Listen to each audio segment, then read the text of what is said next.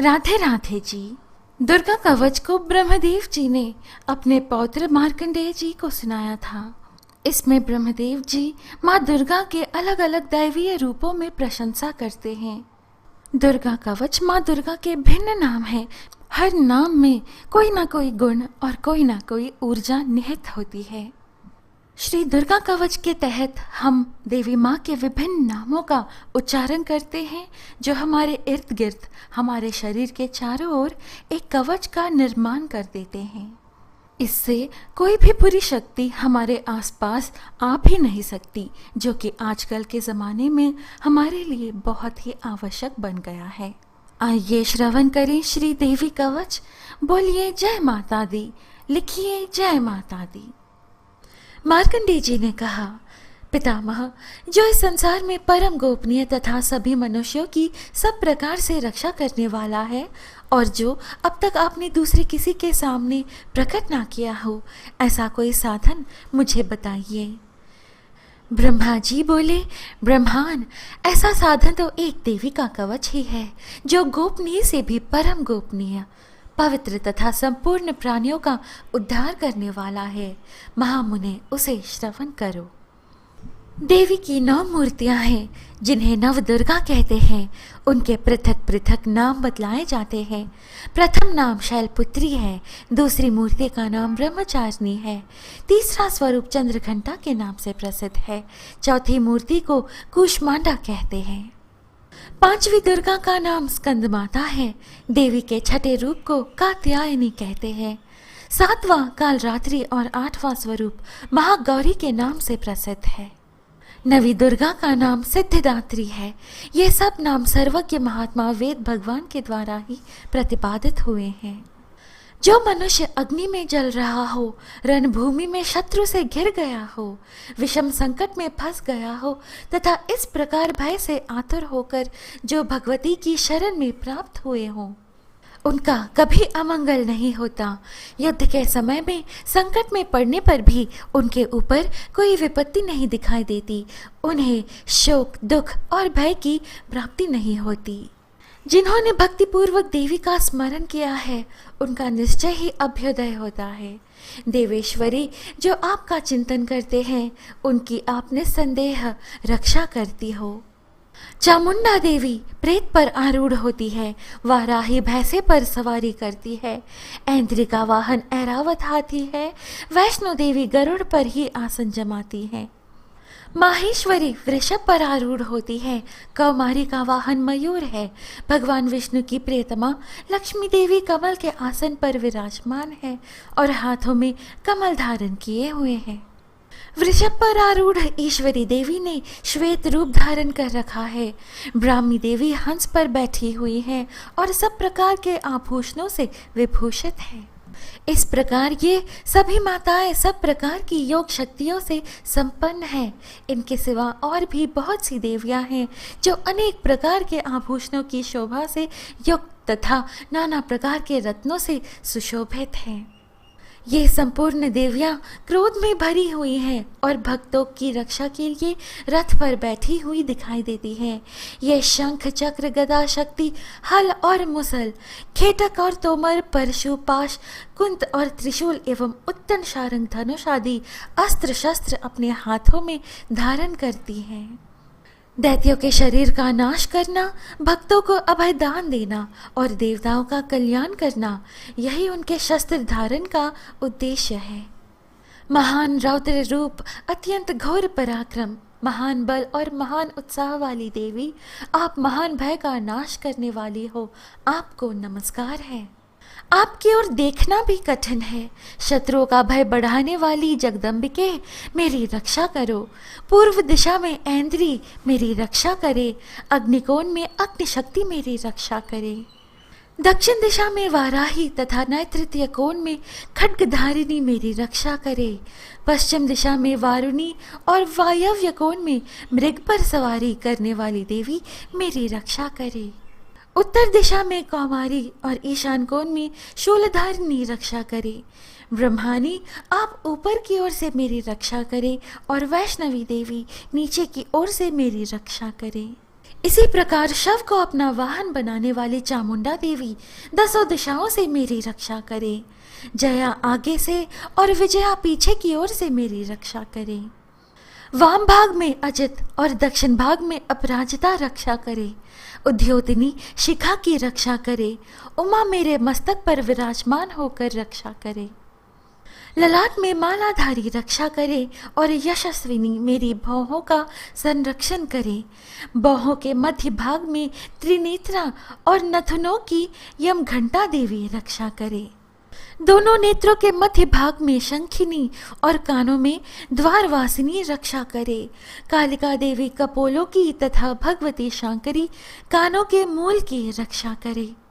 नासिका में सुगंधा और ऊपर के ओठ में चर्चिका देवी रक्षा करे। नीचे की ओठ में अमृत कला तथा जिह्वा में सरस्वती देवी रक्षा करे। कौमारी दांतों की और चंडिका कंठ प्रदेश की रक्षा करे। चित्रघंटा गले की घाटी की और महामाया तालु में रहकर रक्षा करे। कामाक्षी टोढ़ी की और सर्वमंगला मेरी वाणी की रक्षा करे।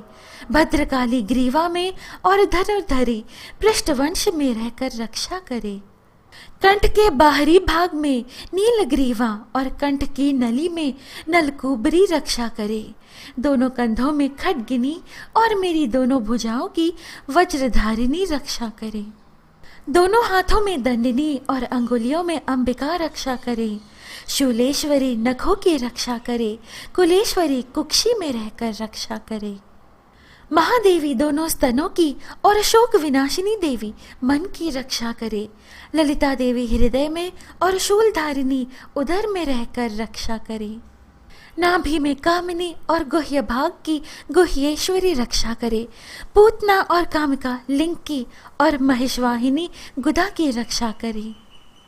भगवती कटिभाग में और विद्यवासिनी घुटनों की रक्षा करे। संपूर्ण कामनाओं को देने वाली महाबला देवी दोनों पिंडलियों की रक्षा करे। नारसिंही दोनों घुट्टियों की और तेजस्वी देवी दोनों चरणों के पृष्ठभाग की रक्षा करे। श्रीदेवी पैरों की अंगुलियों में और तलवासिनी पैरों के तलुओं में रहकर रक्षा करे।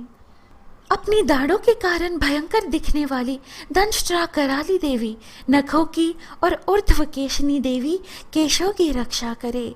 रोमावलियों के छिंद्रों में कौबेरी और त्वचा की वागीश्वरी देवी रक्षा करे। पार्वती देवी रक्त मज्जा वसा मांस हड्डी और मेद की रक्षा करे। आंतों की काल रात्रि और पित्त की मुकुटेश्वरी रक्षा करे। मूलाधार आदि कमल कोशों में पद्मावती देवी और कप में चूड़ामणि देवी स्थित होकर रक्षा करे। नख के तेज की ज्वालामुखी रक्षा करे। जिसका किसी भी अस्त्र से भेद नहीं हो सकता, वह अभेद्य देवी शरीर की समस्त संधियों में रहकर रक्षा करे। ब्रह्मानी आप मेरे वीर्य की रक्षा करे। छत्रेश्वरी छाया की तथा धर्मधारिणी देवी मेरे अहंकार मन और बुद्धि की रक्षा करे। हाथ में वज्र धारण करने वाली वज्रहस्ता देवी मेरे प्राण अपान व्यान उदान और समान वायु की रक्षा करे। कल्याण से शोभित होने वाली भगवती कल्याण शोभना मेरे प्राण की रक्षा करे।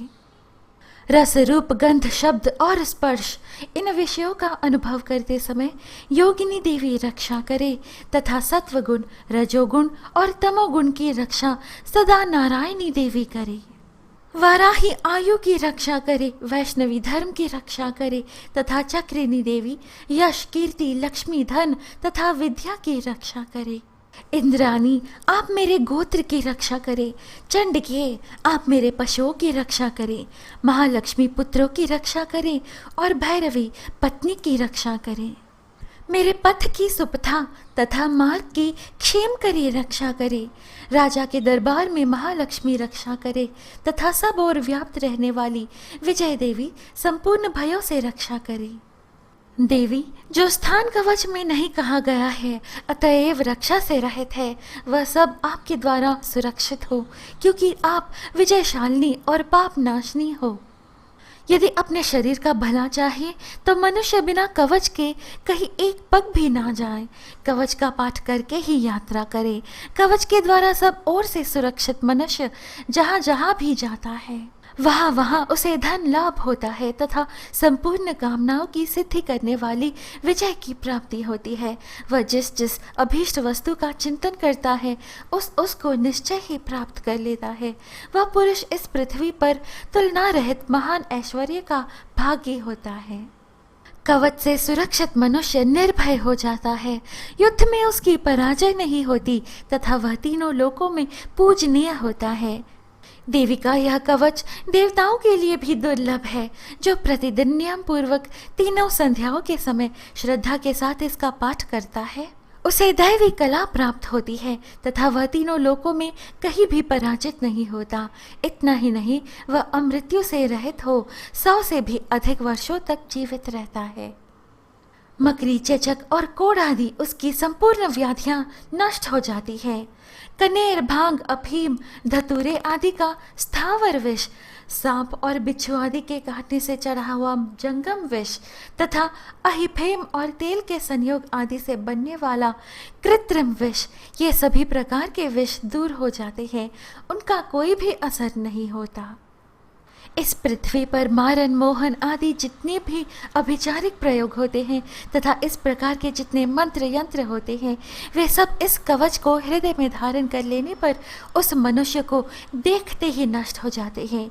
यही नहीं, पृथ्वी पर विचारने वाले ग्राम देवता, आकाशचारी देव विशेष, जल के संबंध से प्रकट होने वाले गण, उपदेश मात्र से सिद्ध होने वाले निम्न कोटि के देवता, अपने जन्म के साथ प्रकट होने वाले देवता, कुल देवता, माला, डाकिनी, शाकिनी, अंतरिक्ष में विचारने वाली भयानक डाकिनियां, ग्रह, भूत, पिशाच, यक्ष, गंधर्व, राक्षस, ब्रह्म राक्षस, बेताल, कुष्मांड और भैरव आदि अनिष्टकारक देवता भी हृदय में कवच धारण किए रहने पर उस मनुष्य को देखते ही भाग जाते हैं। कवचधारी पुरुष को राजा से सम्मान वृद्धि प्राप्त होती है। यह कवच मनुष्य के तेज की वृद्धि करने वाला और उत्तम है। कवच का पाठ करने वाला पुरुष अपनी कीर्ति से विभूषित भूतल पर अपने सुयश के साथ साथ वृद्धि को प्राप्त होता है। जो पहले कवच का पाठ करके उसके बाद सप्तशती चंडी का पाठ करता है, उसकी जब तक वन, पर्वत और काननों सहित यह पृथ्वी टिकी रहती है, तब तक यहाँ पुत्र, पौत्र आदि संतान परंपरा बनी रहती है।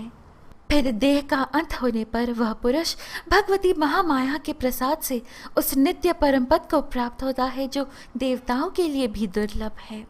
वह सुंदर दिव्य रूप धारण करता है और कल्याणमय शिव के आनंद का भागी होता है। इस प्रकार श्रीदेवी कवच संपूर्ण होता है। भक्तों, यह थी आज की प्रस्तुति। आशा है आपको अच्छी लगी। जय माता दी लिखकर इस वीडियो को लाइक करना ना भूलें। इस प्रकार के और आध्यात्मिक वीडियोस पाने के लिए कृपया हमारे YouTube चैनल पवित्र वचन को सब्सक्राइब कर हमसे बने रहिएगा। अनुमति दीजिए, फिर मिलेंगे अगली वीडियो में। जय माता दी।